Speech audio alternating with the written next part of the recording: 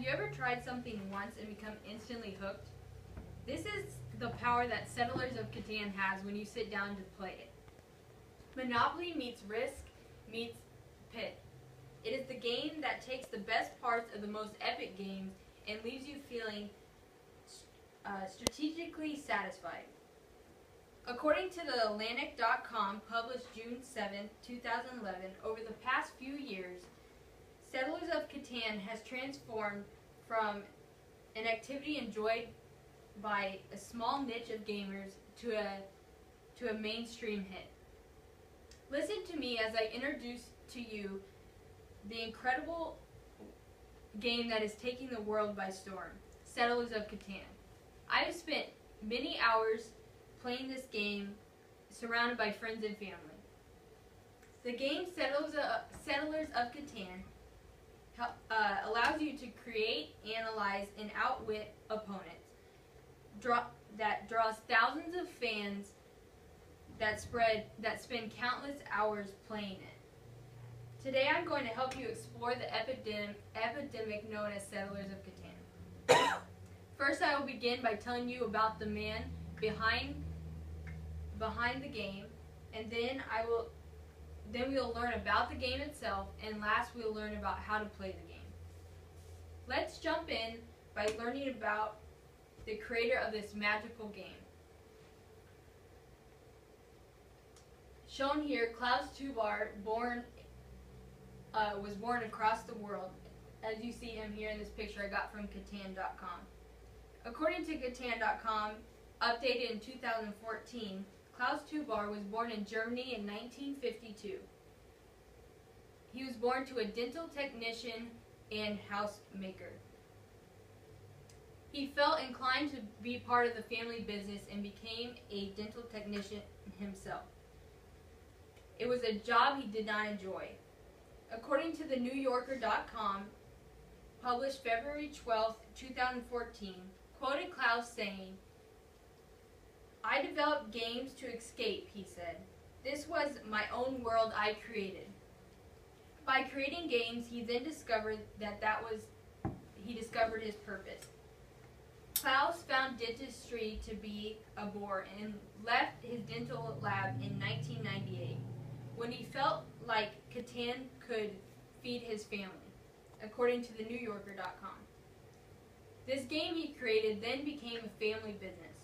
According to the NewYorker.com, Klaus and his sons each hold titles of managing director. One son focuses on English-speaking market, and the other son focuses on the international side and helps with development. His wife, Claudia, is the bookkeeper for the company and is known to love the game as much as her husband. His daughter decided to take a different career path, but sometimes gets pulled into unofficial game tester.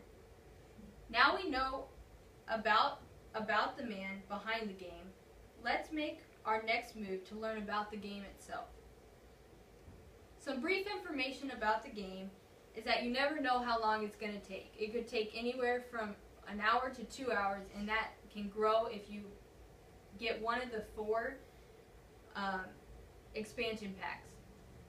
The game is made for ages 10 and up, and you can have 3 to 4 players unless you buy a player expansion pack, which can have 5 to 6 players.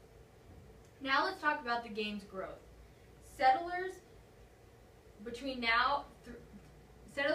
3 and 5 years from now should begin to be a household word, according to the Atlantic.com.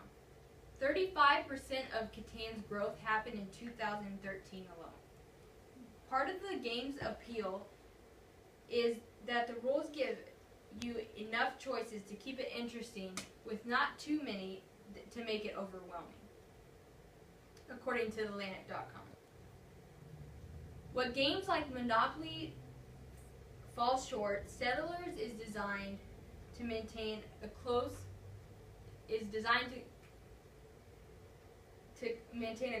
competition. According to one great aspect of the game is that with every roll, everybody in the game can gain resources. According to the Atlantic.com, because Settlers is a unique game that rewards cooperation as much as, if not more, as confrontation, Westberg argues that it brings competitive spirits in a good way. Now that we have learned some info about the game, let's start making moves to learn how to play the game. How to conquer the world of Catan. Let's begin by talking about how to set up the game. As seen here in this picture, you begin by putting the 19 hex together in the board surrounded by the water edges. The hexes are made up of 5 different resources: brick, wool, ore, grain, and lumber. You also have 1 hex that has the desert on it.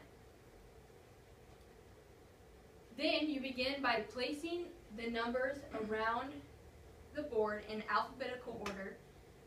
As you see at the bottom of all the numbers, there's little dots that have that are there to show you the probability when that they'll be rolled more. To finish setting up the board, you then put the robber on the desert piece.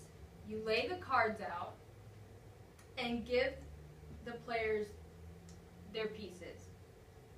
Each player receives a bag full of roads, settlements, and cities, and a color-coded card that shows them what resources buy what.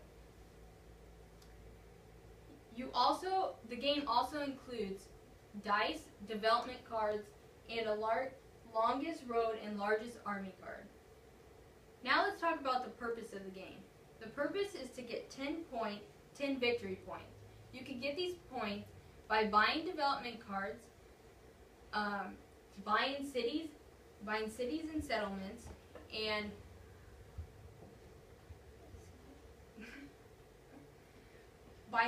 getting the longest road or largest army card.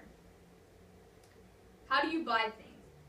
You can look at your resource card and see what resources buy what. Then you get different resources when you roll your dice, and if you have something on that hex. You can also trade with people in the game. You can trade anything you want for anything they'll give you. And you can also trade 4 resources for 1 of what you want. 4 of the same resources. On each turn, you roll the dice, and then whatever number it is, you find that on the board, and if you have a piece touching it on that hex, then you get those resources. You can only buy things on your turn. A few last facts are, when you roll a 7, you then put the robber, when you roll a 7, you put the robber on any number, and any number that you put it on, it then freezes that number, and any player that, then when the dice are rolled and that number, the robber's on that, then no one gets resources that is on that hex.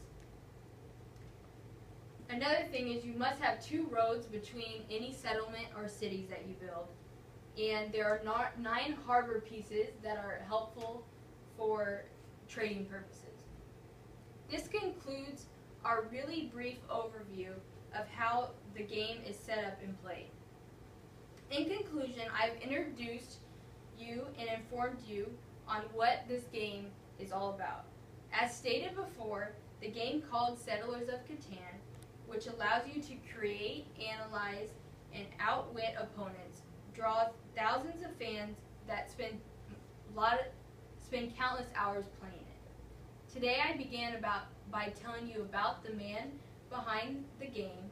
Then we talked about the game itself, and then we briefly talked about how you play the game. Klaus created a game to be an escape, and his fans are able to find that escape.